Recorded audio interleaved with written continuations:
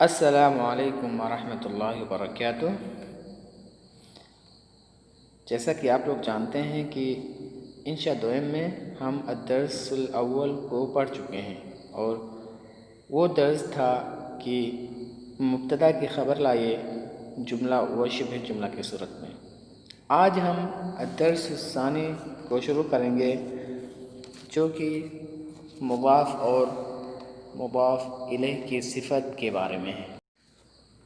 جیسا کہ آپ لوگ جانتے ہیں کہ اردو زبان میں ہم صفت شروع میں لاتے ہیں، اس کے بعد موصوف لاتے ہیں، لیکن عربی میں اس کے عکس ہے، یعنی شروع میں آپ موصوف لے کر کے آئیں گے، اس کے بعد صفت لے کے آئیں گے۔ فار ایگزامپل ہم لے لیتے ہیں القلم الثمین، مہنگا قلم۔ تو القلم موصوف ہے اور الثمین اس کی صفت ہے، تو مہنگی قلم۔ تو یہاں پر آپ نے دیکھا کہ عربی زبان میں جو موصوف ہوتا ہے وہ شروع میں آتا ہے، اور جو صفت ہوتی ہے وہ بعد میں آتی ہے۔ لیکن اردو میں صفت شروع میں آتی ہے اور موصوف بعد میں آتا ہے، جیسے مہنگی قلم۔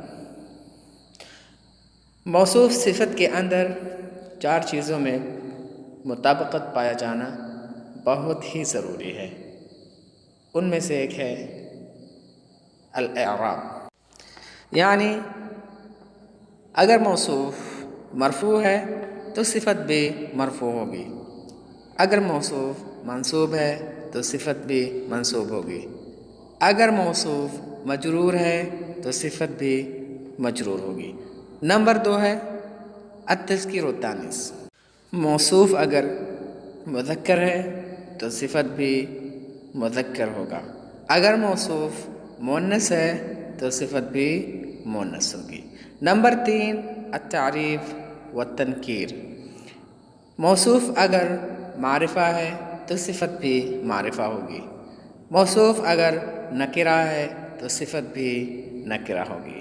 اور چوتھی چیز ہے العدد، یعنی اگر موصوف آپ کا واحد ہے تو صفت بھی واحد ہوگا، اگر موصوف آپ کا تثنیہ ہے تو آپ کی صفت بھی تثنیہ ہوگی، اگر موصوف آپ کا جمع ہے تو صفت بھی جمع ہوگی۔ اور اس طریقے سے ایک بات یہاں پر اور جان لیجیے، وہ موصوف جو غیر عاقل کی جمع ہے تو ہم اس کی صفت کو واحد مؤنث کے صورت میں لے کر کے آئیں گے۔ یہ ہو گئی بات موصوف اور صفت کے تعلق سے۔ اب آئیے ہم بات کرتے ہیں کہ صفت جو مضاف کے لیے ہو اور مضاف الیہ کے لیے ہو، تو مضاف اور مضاف الیہ کی صفت جو ہوتی ہے یہ مضاف الیہ کے بعد ہی آتی ہے، اور ان دونوں میں ہم فرق اعراب کے ذریعہ سے کریں گے۔ تو آئیے ہم دیکھتے ہیں۔ فار ایگزامپل الصفۃ للمضاف، یعنی مضاف کی صفت ریشۃ القلم الثمینۃ۔ تو یہاں پہ جو صفت لائی گئی الثمینۃ، یہ صفت ہے موصوف ریشۃ کی۔ تو یہاں پر آئیے اب ہم یہ دیکھ لیتے ہیں کہ ان دونوں کے اندر مطابقت پائی جا رہی ہے کہ نہیں 4 چیزوں میں۔ تو آئیے اسٹارٹ کرتے ہیں۔ ریشۃ یہ مرفوع ہے، الثمینۃ یہ بھی مرفوع ہے۔ ریشۃ مؤنث ہے، الثمینۃ بھی مؤنث ہے۔ اوکے، یہ 2 چیزوں میں ہو گئی ہماری مطابقت۔ ریشۃ یہ معرفہ ہے اضافت کی وجہ سے، اور الثمینۃ یہ بھی معرفہ ہے الف لام کی وجہ سے۔ ریشۃ واحد ہے، الثمینۃ بھی واحد ہے۔ تو 4 چیزوں کے اندر مطابقت پائی گئی، تو یہ کیا ہوئے؟ موصوف اور صفت ہوئے۔ اوکے، اور آپ یہ جان لیجئے کہ مضاف کی صفت مضاف الیہ ہی کے بعد آتی ہے، اور ہم اس کو اعراب کے ذریعہ سے یا سیاق کے ذریعہ سے جانیں گے، پہچانیں گے۔ اب آئیے ہم لے لیتے ہیں مضاف الیہ کی صفت کو، ٹھیک ہے، الصفۃ للمضاف الیہ، مضاف الیہ کی صفت. تو یہاں پہ ہم لے لیتے ہیں ریشۃ القلم الثمین، الثمین حسناً. تو یہاں پہ جو الثمین ہے یہ صفت ہے القلم کی، ہے نا،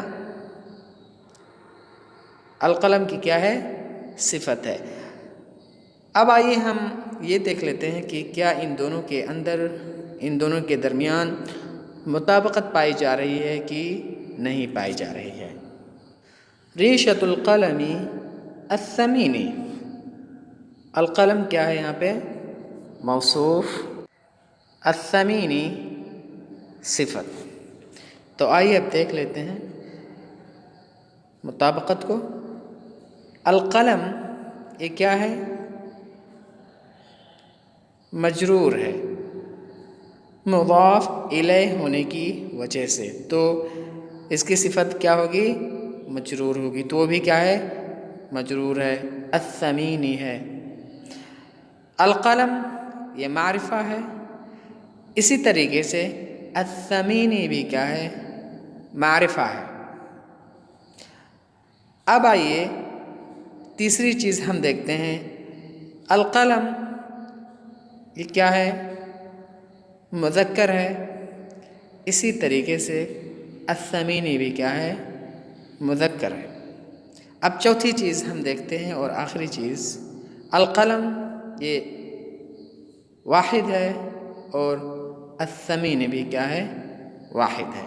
تو ہم نے جان لیا کہ یہ جو الثمینی ہے، ریشۃ القلم الثمینی، الثمینی یہ صفت ہے قلم کی جو کہ موصوف ہے اس جملے کے اندر یا اس جز کے اندر.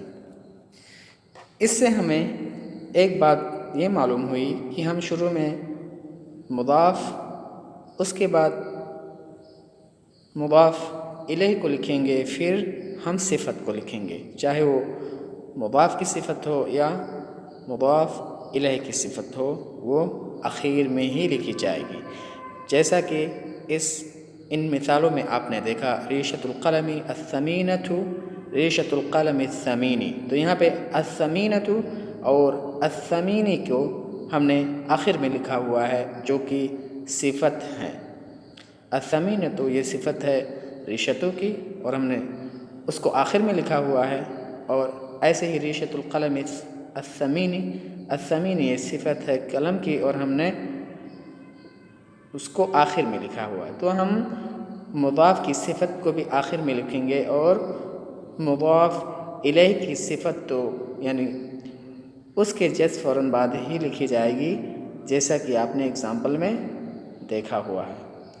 تو میں امید کرتا ہوں آپ لوگوں کو یہ لیسن یہ سمجھ میں آ گیا ہوگا، اور انشاءاللہ آنے والے دنوں میں ہم انہی پر ایکسرسائز کریں گے تو باتیں اور سمجھ میں آئیں گی اور معاملہ واضح ہو جائے گا.